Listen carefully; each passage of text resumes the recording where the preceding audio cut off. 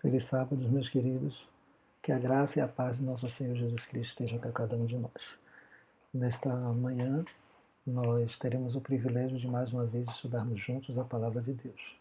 Que o Espírito Santo possa nos conduzir e que possamos ter um encontro realmente com Jesus e com a sua palavra.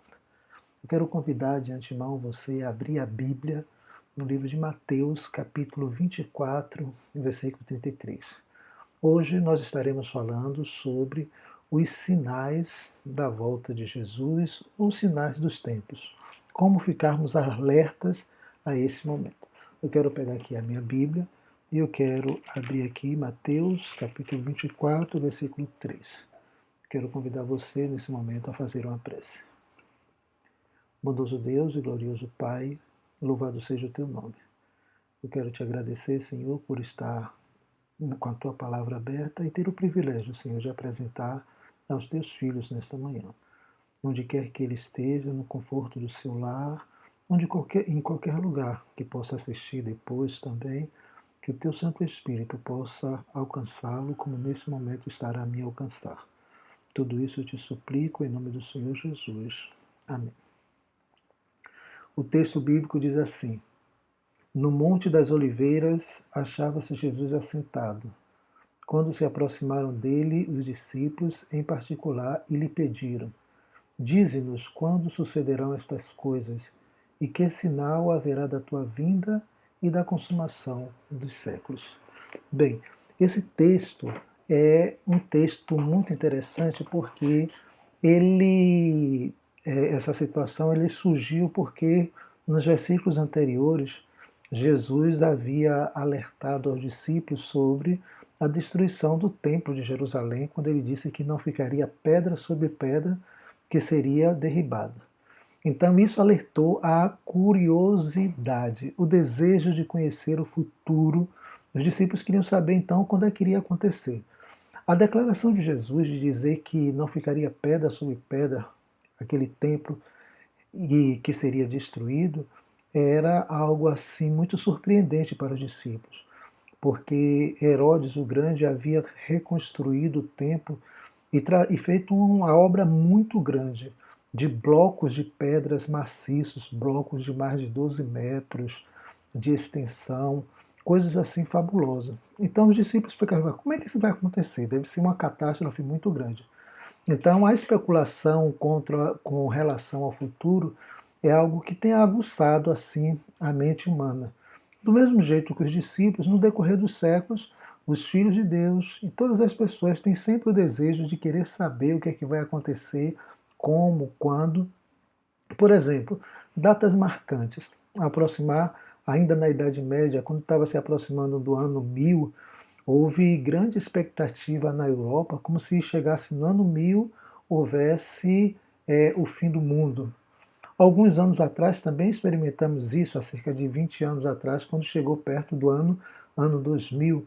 Muitas especulações, muitas coisas. Todo mundo achava que no ano 2000 o mundo iria se acabar. Então todo mundo gosta de querer saber o futuro, principalmente perto de datas assim especiais, fechadas no século, né? Outra coisa também, eventos políticos. Quando existe um evento político de grande magnitude que alcança todo mundo, tipo uma guerra mundial, coisas desse tipo, a Revolução Francesa lá no século XVIII, XVII, a queda das Torres Gêmeas, por exemplo, lá em 2001. Então, tudo isso gera expectativa, as pessoas ficam querendo saber o que é que vai acontecer. Outra, Outro fato também que aguça assim, a nossa curiosidade para saber qual é o futuro é, por exemplo, grandes catástrofes. Alguns anos atrás, uns 15 anos atrás, nós tivemos um tsunami que matou mais de 250 mil pessoas lá no sul da Ásia, bem como no início do século XX, lá quando terminou a Primeira Guerra Mundial, nós tivemos a gripe espanhola, hoje em dia tem se falado muito sobre isso, até mesmo lá no passado, na Idade Média, a peste bubônica que dizimou mais de um terço da população da Europa.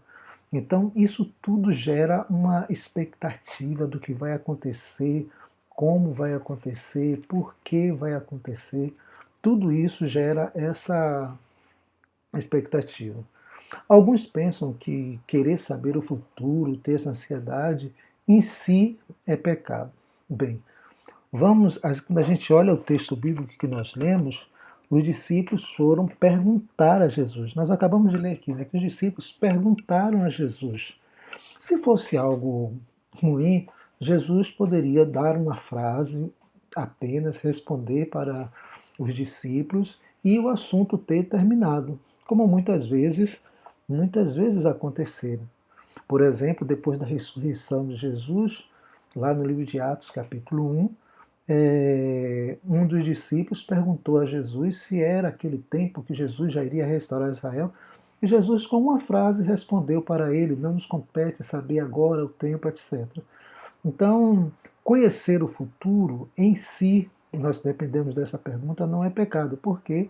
Porque a gente vai ver que Jesus dedicou o capítulo 24 e 25 do Evangelho de Mateus somente para poder responder essa pergunta. Então, em si, não é pecado. E além do detalhe, Jesus, além de responder aos discípulos, ele respondeu mais, interessante, mais do que os discípulos haviam perguntado. Os discípulos estavam curiosos apenas sobre a destruição de Jerusalém e o fim do mundo. Para eles, a destruição do templo e o fim do mundo seria um único evento. Mas Jesus ele deu muito mais detalhes. Se você for ler a sua Bíblia aí, nos capítulos que eu falei, Mateus 24 e 25, vocês vão perceber que Jesus ele falou de detalhes da destruição de Jerusalém. Além dos detalhes da destruição de Jerusalém, Jesus falou sobre uma grande tribulação, ou seja, um período de tempo que muitas coisas iriam acontecer até que chegasse o fim. E aí Jesus dá alguns detalhes da sua vinda, como ele voltaria, e posteriormente Jesus completa as instruções, dando orientações com respeito ao preparo. E aí ele conta 4 parábolas, 4 histórias, evidenciando como está preparado para esse dia. Então, queridos, a curiosidade sobre a volta de Jesus é algo normal, é algo que pode ser tranquilamente vivenciado de uma maneira saudável, porque ela pode se tornar perigosa também. Existe um ditado que diz assim, né? A curiosidade mata. E realmente, mas nesse caso aqui, mata de uma forma sutil e diferente. Tanto sim que na própria resposta de Jesus, Jesus alertou com relação a isso. Porque a ansiedade com relação ao futuro pode tornar-se algo assim doentio. E isso atrapalha a nossa percepção, o nosso jeito de encarar o mundo, de fazer as coisas. Tem pessoas que não saem de casa com medo de acontecer alguma coisa ruim na sua vida, independente da situação que nós estamos vivendo hoje. Então, quando chega a esses momentos, aí termina ficando mais preocupado ainda. Bem, achando olhando bastante esse lado, para não termos que ficarmos, termos esse sentimento, essa coisa doentia, nós temos que ficar alertas, porque se nós não ficarmos alerta, nós podemos ser enganados. Mas até mesmo achando que estamos alerta, nós podemos ser enganados. Uma contradição aí, né? Bem, temos que estar alerta, mas se ficarmos alerta demais, podemos até mesmo ser enganados. Esse é o grande perigo. Há uma linha muito fina entre uma coisa e outra, entre estar alerta e viver sobre o alarmismo.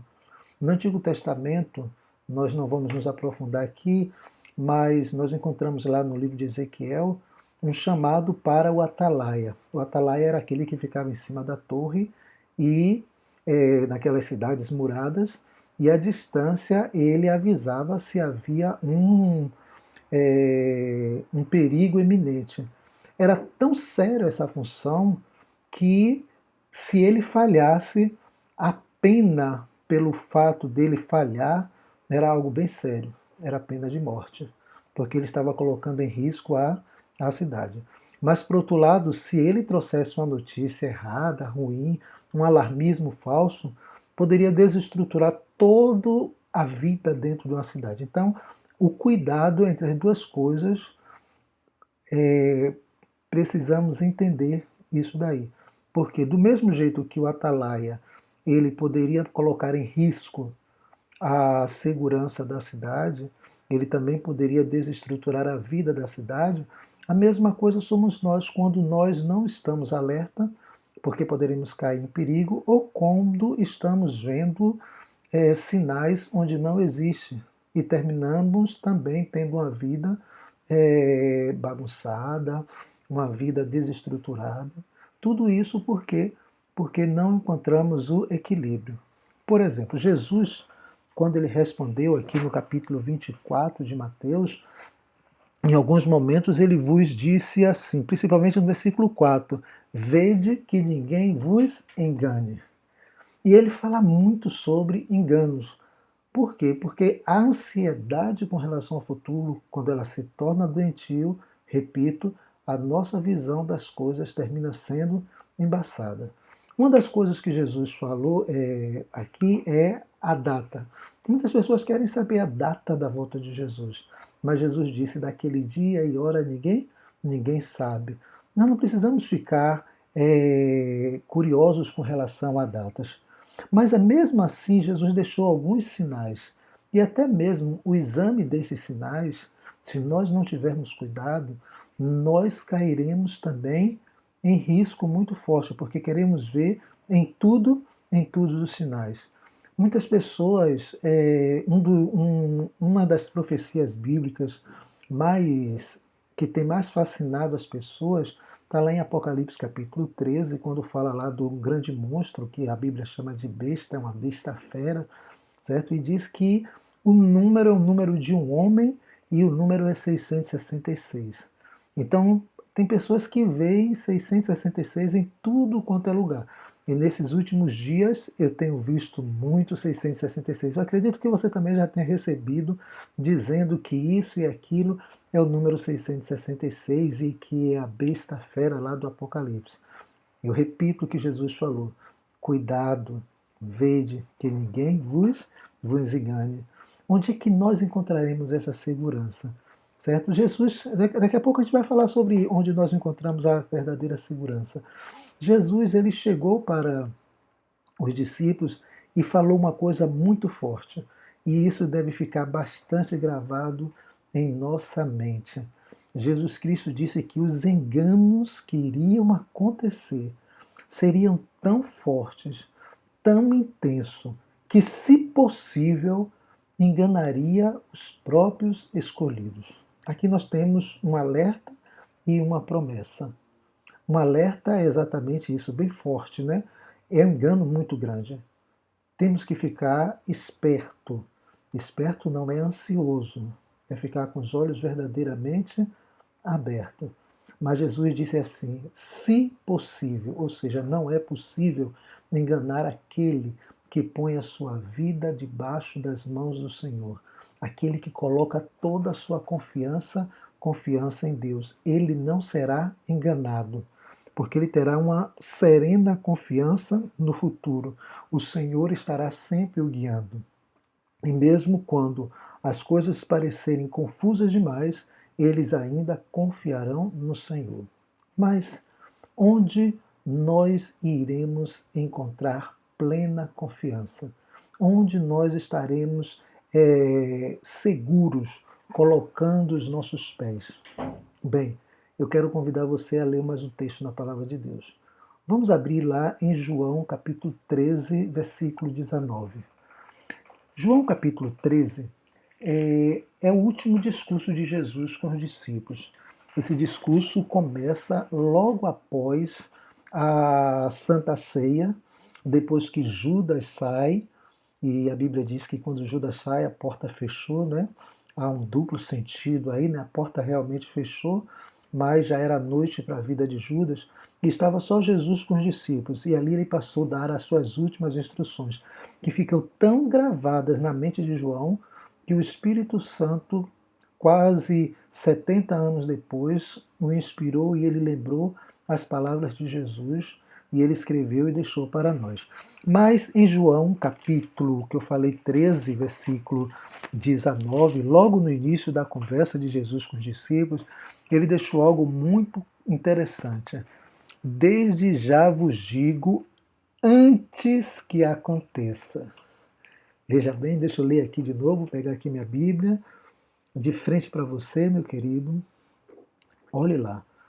Desde já vos digo, antes que aconteça. Bem, o tema do que eu estou falando aqui hoje é essa curiosidade de nós querermos saber o futuro, as coisas que vão acontecer. A Bíblia diz que Jesus já falou muito do que vai acontecer. Mas qual é o objetivo? O objetivo não é satisfazer a nossa curiosidade.